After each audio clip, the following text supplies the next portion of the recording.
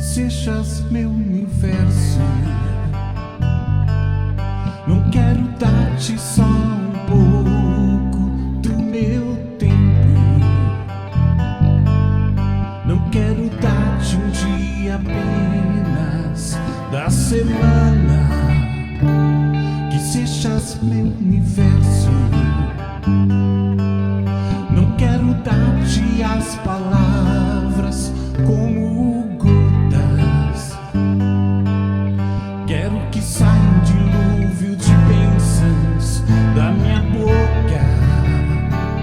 Que sejas meu universo. Que sejas tudo o que sinto e o que penso. Que de manhã seja o primeiro pensamento e a luz em minha janela. Que sejas meu universo. Que enchas cada um dos meus pensamentos. Que tua presença e teu poder seja alimento. Jesus, esse é o meu desejo. Que sejas meu universo. Não quero dar-te só uma parte dos meus sonhos. Te quero dono do meu tempo e dos meus planos. Que sejas meu universo. Não quero a minha vontade, quero agradar-te em cada sonho que há em mim. Quero entregar-te. Que sejas meu universo. Que sejas tudo o que sinto e o que penso. Que de manhã seja o primeiro pensamento e a luz em minha janela. Que sejas meu universo. Que enchas cada um dos meus pensamentos. Que tua presença e o teu poder seja alimento. Jesus, esse é o meu desejo. Que sejas meu universo. Que sejas tudo o que sinto e o que penso. Que de manhã seja o primeiro pensamento e a luz em minha janela. Que sejas meu universo. Que enchas cada um dos meus pensamentos.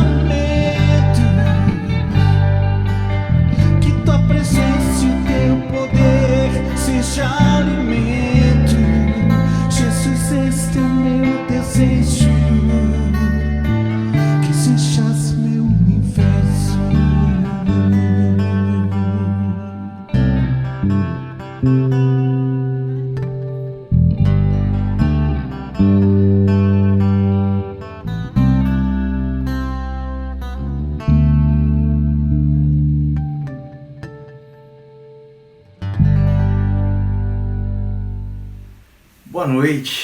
Boa noite, meu irmão, minha irmã da PIB Botucatu. Meu nome é Michael. É um prazer gigantesco poder estar aqui com vocês, mesmo que nessa forma, virtual. Nós nos encontraríamos hoje presencialmente, mas graças à sábia decisão tomada pela igreja, nós nos reunimos somente dessa forma virtual. Gostaria que vocês, da melhor maneira possível, recebessem o meu afeto, mesmo que virtualmente, que o nosso encontro seja afetuoso.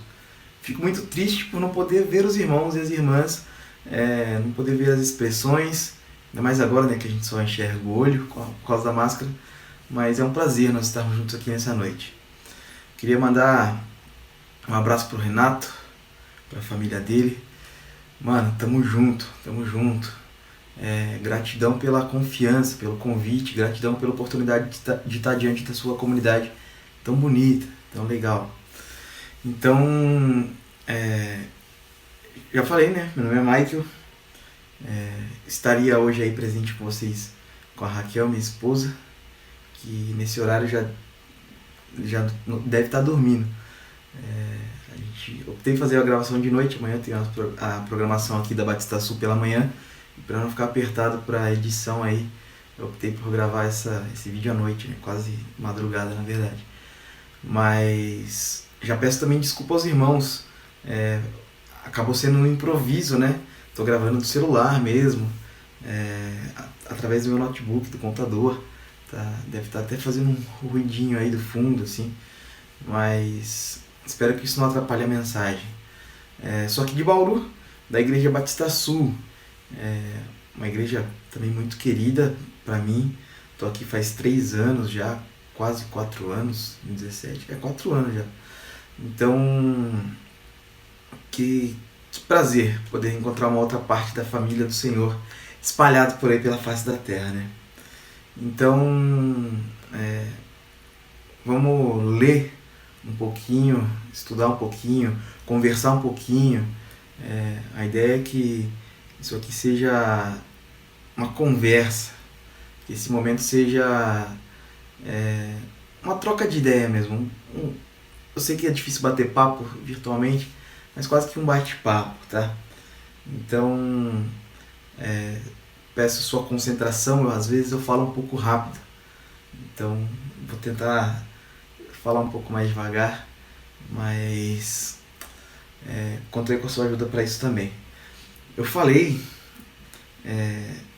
saiu, né, no cartaz, na divulgação de vocês, que nós conversaríamos sobre o Deus que liberta,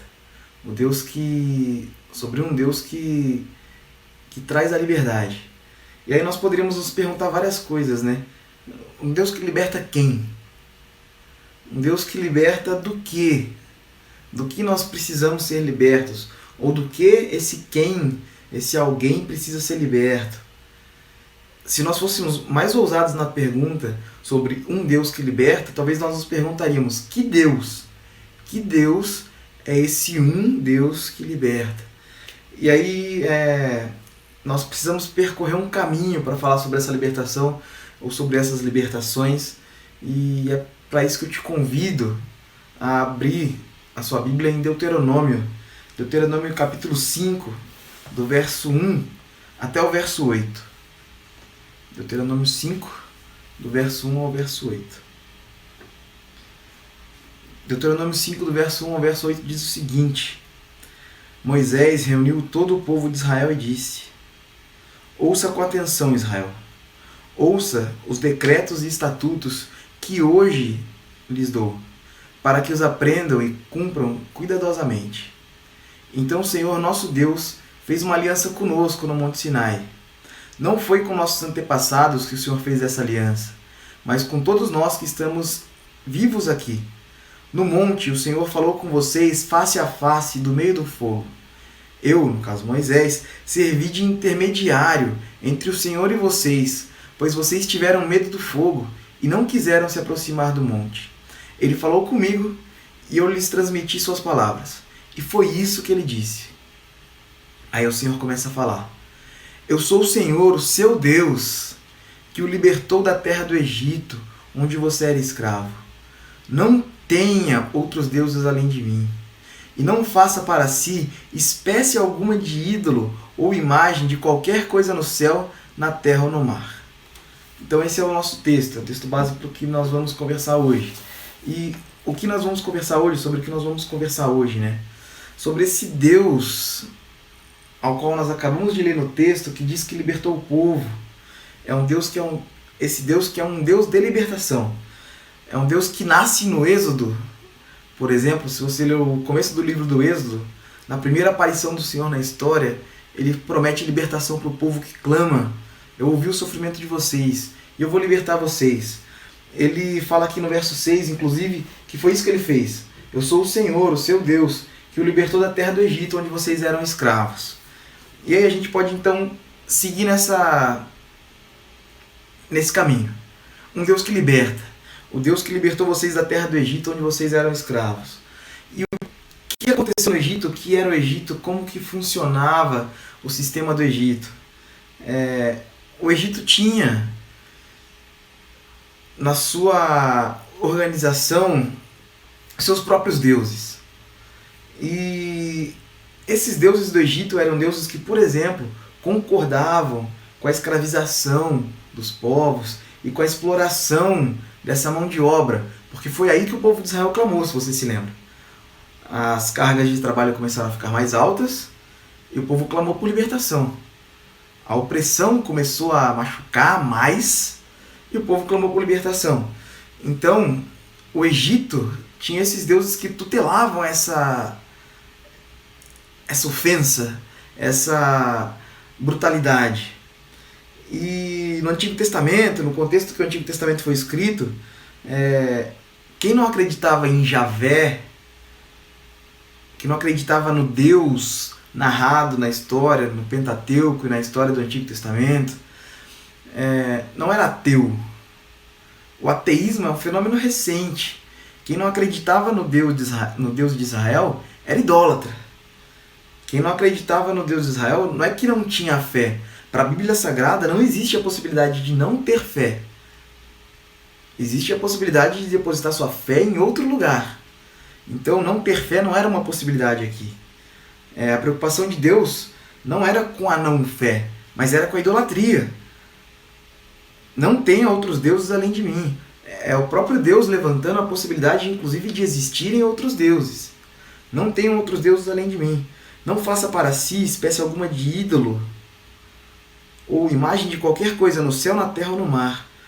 Ou seja, por que Deus está tão preocupado com a idolatria? Porque nós precisamos entender aqui, e talvez você já tenha ouvido falar sobre isso, que a idolatria produz morte. A idolatria é um sistema sacrificial. Todo ídolo exige sacrifício. Então a idolatria é um sistema, um método que produz a morte. Segundo a tradição bíblica, a tradição histórica da época, a idolatria é a origem de toda a violência. Vou repetir.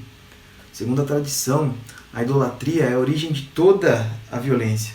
Ou seja, não se mata o outro, não se mata o que é diferente, não se fere o que é diferente, sem uma imagem fixa de um Deus ou de uma divindade que tutele essa violência.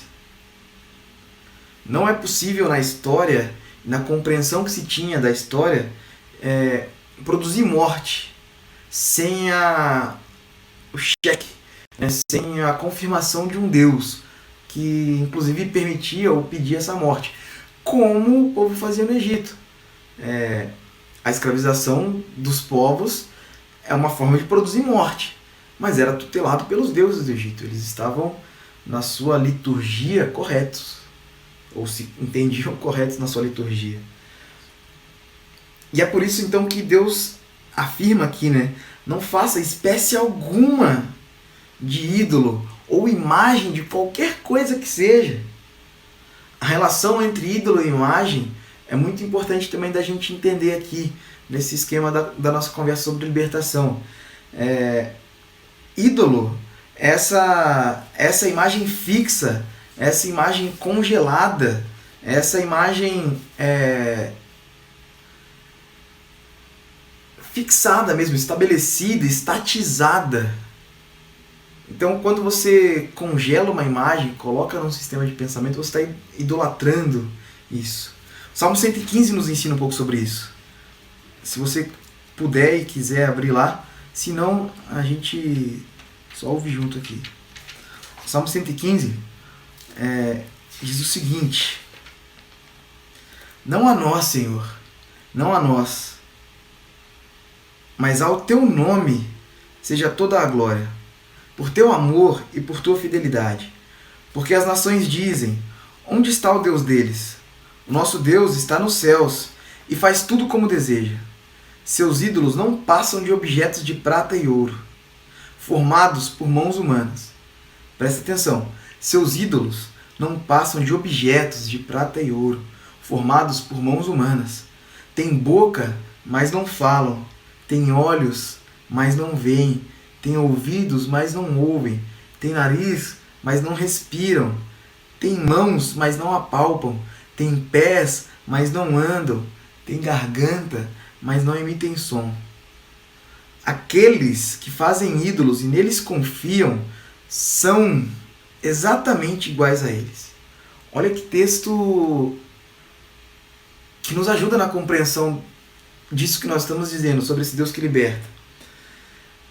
O Deus de Israel é diferente disso aqui. É diferente dos ídolos. É por isso que ele pede: não idolatrem, não façam imagens, não adorem a outros deuses, porque os outros deuses são assim, dessa forma.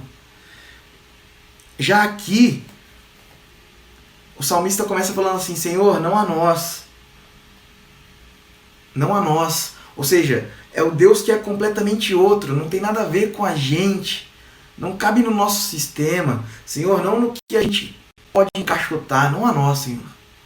Não a nós, mas por amor, pela tua fidelidade, através do teu nome. Ou seja, o Senhor é um Deus extremamente relacional. O Deus que liberta é esse Deus diferente dos ídolos. Ele é relacional, ele não é impositivo. É através do amor, é através do nome, é através da tua fidelidade, através das tuas características. Qual que é a imagem desse Deus? Nós não sabemos, é por isso que o salmista pergunta: onde está o Deus deles? As nações perguntam, né? Onde está o Deus deles que nós não conseguimos acessar? Porque ele é um Deus que não se permite fixar em imagem. Ele não é um ídolo. Ele não é um Deus que se pode controlar. É um Deus que está nos céus, como diz o salmista. Nosso Deus está nos céus e faz tudo como deseja. É um Deus que sente vontade. Diferente dos ídolos, que são encaixotados, que se transformam em estáticos através das imagens, esse é o Deus de Israel. Deus não queria, então, portanto, lendo esse salmo, por exemplo, Deus não queria ser reduzido a uma imagem, mas ele é um Deus relacional. Ele é um Deus que se relaciona. É a presença do Senhor que é importante. Se você se lembra, no Êxodo 33, o povo responde para o Senhor assim, Deus promete para eles, fala assim, vão lá vocês, eu não vou junto, eu vou dar tudo que vocês precisam, vocês vão vencer todas as batalhas, só vai. E o povo olha para o Senhor e fala assim, não, Senhor, nós não subiremos nesse monte se o Senhor não for conosco, porque o que é importante é a presença do Senhor, o que é importante é Deus estar junto. O que é importante não são as conquistas, não são as bênçãos, não são as obras que um ídolo pode dar, que qualquer ídolo poderia dar. O que é importante é a presença. Por isso que portar uma imagem de Deus é extremamente perigoso. Transformar o nosso Deus em ídolo é extremamente perigoso. O Salmo nos mostra que o ídolo carrega em sua construção a imagem da morte. A falência dos sentidos. Tem olho, mas não vê. Tem boca, mas não fala. Mão, mas não pode apalpar. Tem pé, mas não anda. Tem voz, não fala. A falência dos sentidos é a morte. Então o ídolo... Lembra? Nós acabamos de falar. O ídolo transforma tudo aquilo em que toca em morte. E é disso que nós precisamos ser libertos. Dessa idolatria, que é um modo de se relacionar com o outro e com o mundo, resultante de uma operação ou de um mecanismo do congelamento da imagem sobre o pensamento, sobre a vontade, sobre o sentido, sobre os desejos. Sabe quando você tem um amigo, ou você conhece uma pessoa, você conhece uma pessoa, você olha para ela e fala assim, olha, eu acho que ela precisa disso. Você não pergunta o que ela precisa. Você não espera ela manifestar a sua própria vontade. Você simplesmente impõe uma imagem superficial de quem ela é. Ou seja, você está transformando ela numa imagem estática. Olha, toda pessoa que eu vi desse jeito quis isso aqui. Estatizou. Não tem troca, não tem diálogo. Tem uma frase de um cantor que eu curto pra caramba, o Emicida, que ele fala assim: permita que eu fale e não as minhas cicatrizes. Porque quando nós olhamos as cicatrizes dos outros, nós corremos o sério risco de transformar o outro numa imagem e assim transformarmos as nossas relações, as nossas amizades em símbolos idolátricos, em símbolos de idolatria, onde as pessoas têm boca, mas não podem falar porque nós não vamos ouvir, e aí nós nos tornamos, como o salmista disse, como os próprios ídolos, porque nós temos ouvidos e também não ouvimos. Nós fazemos com que o outro não fale e nós perdemos os nossos ouvidos. É por isso que o salmista conclui desse jeito, né? Aqueles que fazem ídolos e neles confiam são exatamente iguais a eles. Aqueles que estatizam imagens, aqueles que fazem do que é fluido algo fixo, são exatamente iguais a eles, fixos. O humano cria a imagem e a imagem recria o humano, sequestrando assim, por exemplo, sua subjetividade, os seus sentidos, os seus desejos. É o famoso vestir o personagem. Sabe quando você comete um erro? Sei lá, você fica bravo por alguma coisa. Aí você percebe que não era bem aquilo que aconteceu. Mas pra você, às vezes, seu orgulho não vai deixar você dar esse passo atrás e você fala assim: vou manter o personagem, já briguei e vamos até o fim. É estatizar a relação. É não se permitir mudar. E era isso que os ídolos faziam. E era assim que os povos faziam ídolos. E os povos iam se tornando iguais a seus ídolos. E os ídolos iam se tornando iguais a seus povos. Mas Deus não é um ídolo. O Deus que nós dizemos crer não é um ídolo. O ídolo aprisiona, gera morte, gera isso que a gente acabou de ler no Salmo. Mas Deus, o Deus que nós acreditamos, Ele é vida. O Deus que nós acreditamos se distancia dos ídolos e das imagens, quando, como em Javé, por exemplo, no Antigo Testamento, Ele ouve o clamor do povo. Quem fala primeiro não é Deus no texto. No texto do Êxodo. Quem fala primeiro é o povo. Senhor, misericórdia. O Senhor fala: terei. É um Deus que não tem nome. Moisés pergunta: qual é o seu nome? Ele fala assim: ó, o eu sou me enviou. Não posso ter nome. Você não pode me controlar. Você deve saber, né? Na cultura judaica, quando você sabe o nome das coisas, você pode controlar as coisas. Deus não tem nome. Deus não pode ser controlado. Deus não pode ser colocado como estático dentro de um nome. Deus não é ídolo. É um Deus sem face. Senhor, eu quero ver sua face. Ó, você não poderia suportar ver minha face. Talvez porque Deus não queira, ou não quisesse ali naquele contexto, ser estatizado nesse sentido. Se você vê a face do Senhor, você sabe quem é. E Ele não quer ser colocado como algo singular, né? Deus é essa pluralidade maravilhosa. É um Deus que não se vê. João escreve isso lá no finalzinho do Novo Testamento. Ninguém jamais viu a Deus.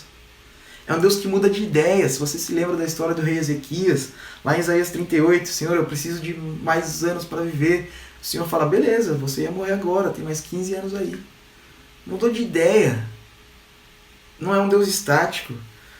É um Deus que quer misericórdia, diferentemente dos ídolos que querem sacrifício. Ele fala isso lá em Oséias: misericórdia quero, e não sacrifício. Se você ler o texto de Isaías também, no começo do livro de Isaías, Deus fala assim: olha, estou cansado dos sacrifícios de vocês, estou cansado dos rituais de vocês, estou cansado das festas de vocês, que eu quero é que vocês cuidem do pobre, eu quero que vocês cuidem da viúva, eu quero que vocês se envolvam com vida fluida, com vida que simplesmente escorre das nossas mãos, que simplesmente acontece. Eu não quero que vocês se preocupem com protocolos, com coisas que não mudam, com tradicionalismo. Eu quero que vocês se preocupem com gente. Gente é o que escapa. Gente é que muda de ideia. Gente é o que dá trabalho, né? Jesus, a face visível de Deus Pai, ele era uma pessoa, não estático. Ele não era dogmático, não pode ser contido em regrinhas matemáticas, por exemplo. Ele é um Jesus que chora, como na morte de Lázaro. E as pessoas na morte de Lázaro, no cenário, falam assim: Senhor, se o Senhor tivesse vindo antes, nada disso teria acontecido. Olha a expectativa que se coloca quando você tenta encaixotar Deus nas suas... Olha o que acontece, né? Quando você tenta encaixotar Deus nas suas expectativas. Você quase que acha que Deus não pode mais. Senhor, se tivesse sido antes, ele não teria morrido. Aí Deus fala assim: ó, peraí, eu não sou o seu ídolo. Isso aqui, ó, Lázaro, vem pra fora. É um Deus que surpreende. É um Deus que chora sobre Jerusalém, falando assim: ó, Jerusalém, eu tentei ajuntar sobre minhas asas como uma galinha junta seus pintinhos, seus filhotes. Inclusive Jesus aqui quebra mais um estereótipo. Jesus se coloca numa imagem maternal, de maternidade, como uma galinha que coloca sobre suas asas seus pintinhos. É um Jesus que é Deus Emanuel, Deus conosco, Deus no nosso meio, um Deus que monta sua tenda entre nós. É um Deus que surpreende, como quando ao caminhar ele decide passar por Samaria. Os discípulos devem ter ficado sem entender nada. Por que passar por Samaria? Por que parar para conversar com uma mulher? É um Deus que desmonta a lógica da lei. A lei, no Novo Testamento, é esse ídolo que gera morte. A lei foi esse texto que foi estatizado a ponto de se transformar Deus num ídolo. João 8 conta que uma mulher seria apedrejada. E Jesus fala assim: ó, quem não tem pecado, vai lá, fica à vontade. Então Jesus desmonta a lógica da lei. Jesus desmonta a lógica da lei quando no Sermão do Monte ele fala assim: vocês ouviram o que foi dito? Eu, porém, estou dizendo que vai além. Estou dizendo que tem um passo a mais. Estou dizendo que a lógica da lei ainda requer sacrifício, porque olho por olho, dente por dente, está requerendo um sacrifício em troca do outro. Eu quero misericórdia. É um Deus que desmonta então essa lógica do sacrifício, essa lógica idolátrica que é a lógica do sacrifício. É um Deus que é santo. Ele subverte aqui a lógica da pureza. Porque, se você se lembra, as pessoas não poderiam tocar, por exemplo, num leproso, porque elas que eram puras se tornariam impuras. Porque a lógica da pureza é essa, né? Os puros ficam retirados dos impuros, ou os impuros ficam retirados dos puros, porque se misturarem, fica todo mundo impuro. E Jesus não, ele é a lógica da santidade. A santidade é o quê? Ele vem no meio, ele toca nas pessoas, ele inverte essa lógica, ele não pede a vida, porque a lógica da pureza é a lógica que pede a vida, né? Que toma a vida. É o puro tocando no impuro e tendo sua vida tomada, e não dando vida para ninguém. Mas a lógica da santidade de Jesus é dar a vida em favor de. Dar a vida em favor de. Não tomar a vida. Tanto que ele é um Deus que subverte a lógica do sacrifício. E olha isso que profundo. Ao subverter a lógica do sacrifício de forma completa, ele é um Deus que não permanece... Salmo 115. Ele ressuscita. Ele não permanece com boca sem falar. A morte não pode conter aquele que é santo. A morte pode conter lógicas sacrificiais, lógicas idolátricas. Mas a morte não pode conter aquele que é santo. Que bonito isso. O problema é que nós, muitas vezes, nós não proclamamos esse Deus, então, que liberta, esse Deus que dá a vida. Nós proclamamos, às vezes, um ídolo. Nós achamos que nós possuímos o saber de Deus, porque, sei lá, nós possuímos por exemplo, o texto sagrado em nossas mãos e nós achamos que nós sabemos tudo e que nós conhecemos o Senhor plenamente, a ponto de que Ele obedece às nossas leis, às nossas regras, à nossa teologia, os nossos dogmas. Nós achamos que nós os controlamos. E aí, nós produzimos imagens fixadas de Deus.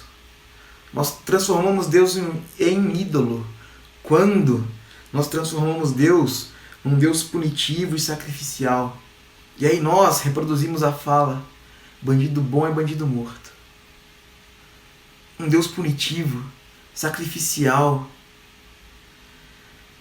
Nós congelamos em nossa mente, nossa mentalidade, uma ideia de um Deus que é branco. E por isso nós reproduzimos violências raciais. Somos racistas. Nós possuímos e idolatramos um Deus que é macho. E aí, masculino, nós reproduzimos violência de gênero como machismo. Inclusive no espaço das nossas igrejas de pregação, poucas mulheres falam. Porque, inclusive, em alguns ambientes elas não podem sequer ensinar. Porque, né, Deus é homem. Então quem detém a sabedoria é o homem. É o ser macho, masculino. E aí nós reproduzimos a homofobia. Porque ele é um Deus que perverte, que subverte a lógica de pureza, a lógica da pureza pela santidade. Mas nós não conseguimos dar esse passo. Nós achamos que é impuro. E aí eu lembro do texto de Pedro, quando Pedro fala assim: ó, Deus, não vou não, porque é impuro, né? Aí Deus fala para Pedro assim: Pedro, porque você transforma em impuro o que eu, o Senhor, já purifiquei. Nós temos que assumir o nosso pecado de transformarmos algumas das nossas relações em impuras, porque nós idolatramos a um Deus que não tem afeto diante de 200 mil mortes, diante de gente morrendo, por exemplo, e graças a Deus pela vida dos irmãos que optaram por fechar a igreja nesse momento.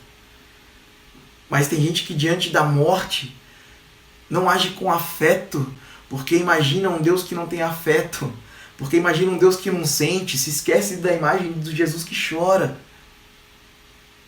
E ainda consegue falar que não, Deus está no controle de tudo, Deus está matando essas pessoas porque Ele tem um propósito maior.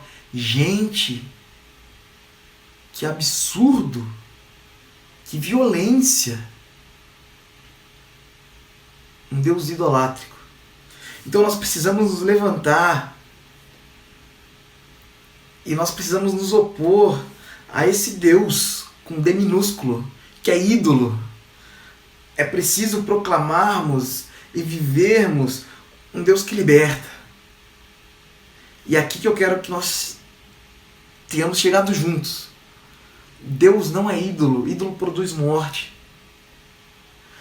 O Deus revelado em Jesus é um Deus que dá vida, que produz vida.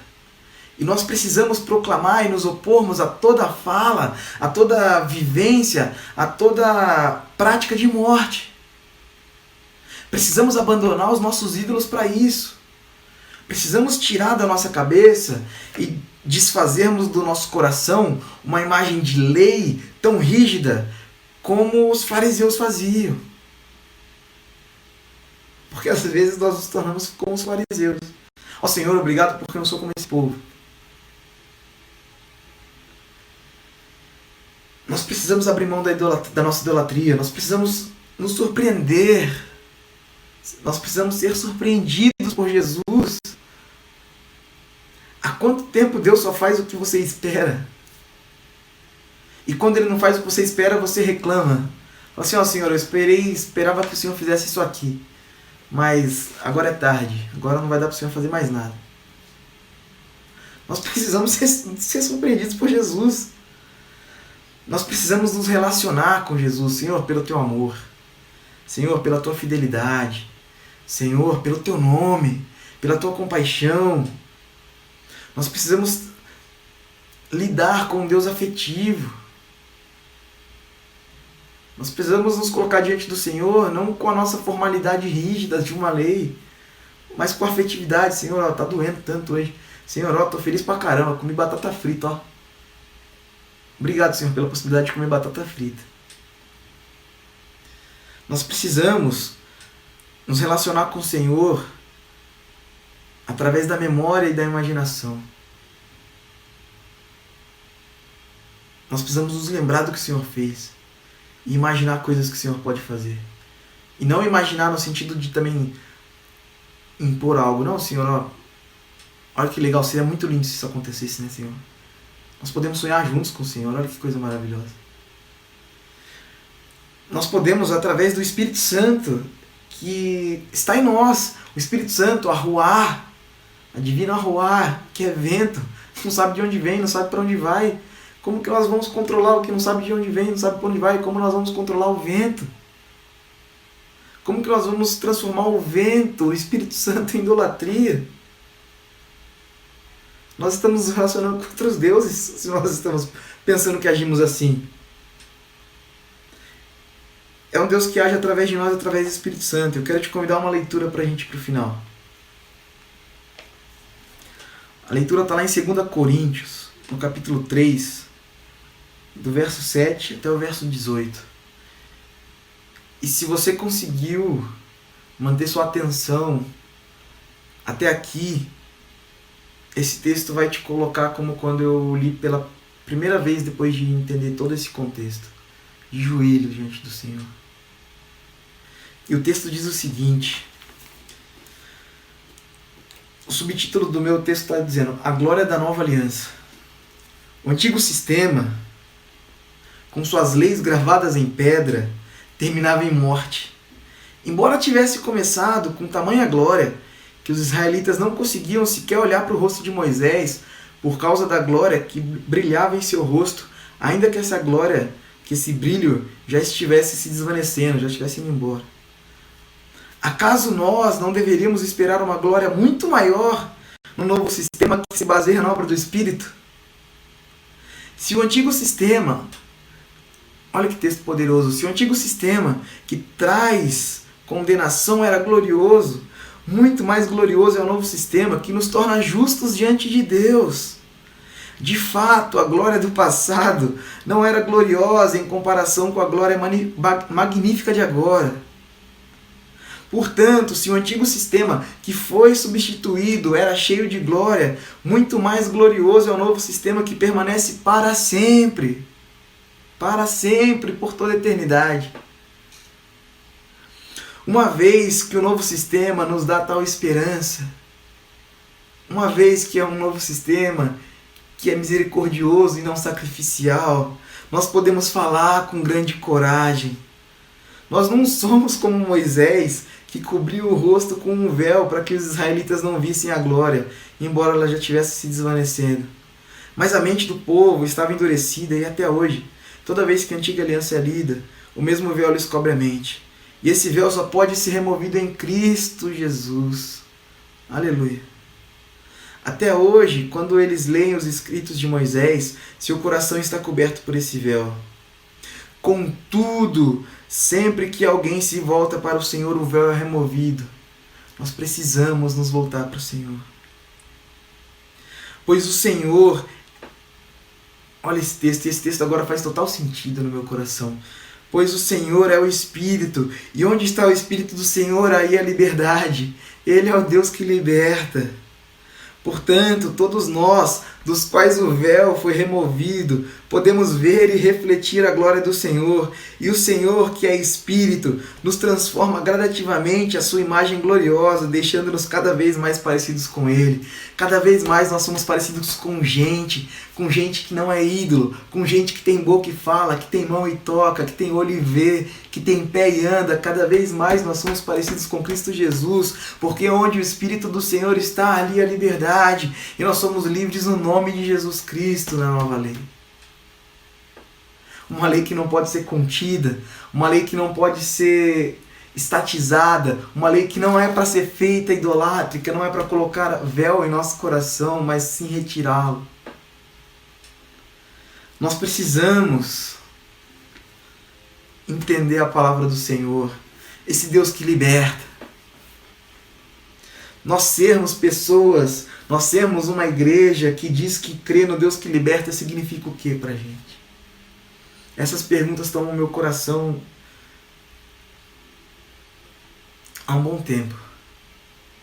Nós dizermos que nós não cremos num Deus que mata, nós não cremos num Deus que impõe essa lógica de pureza, de sacrifício, idolátrica, mas nós cremos num Deus que impõe a lógica, ou que nos traz, nos oferece graciosamente, através do Espírito Santo, a lógica da santidade, e fala assim, você tem que oferecer sua vida em favor de muitos também.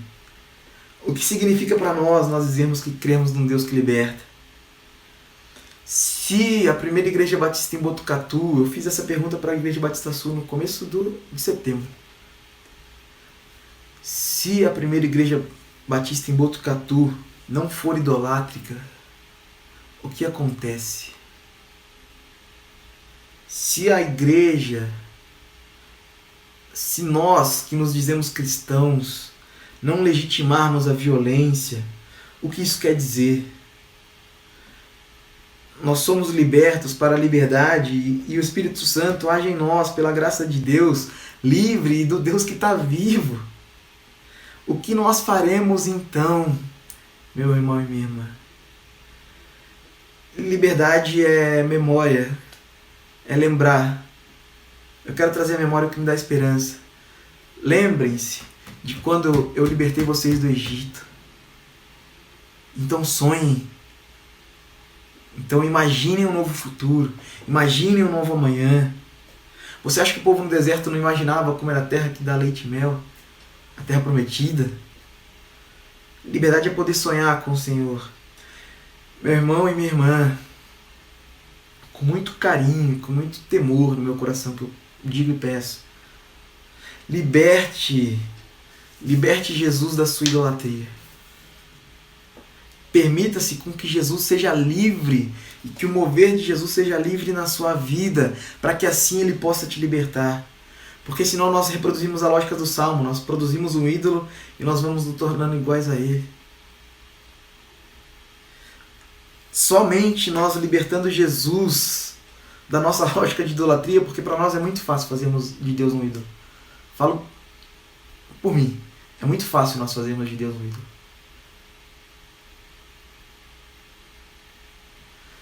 Só quando nós libertarmos Jesus da nossa idolatria, pela misericórdia dele, nós seremos livres também. Deixe Deus te surpreender. Uma vez falando numa igreja em Avaré, minha antiga igreja lá na PIB em Avaré, falei no culto pela manhã, no final do culto entra um bêbado.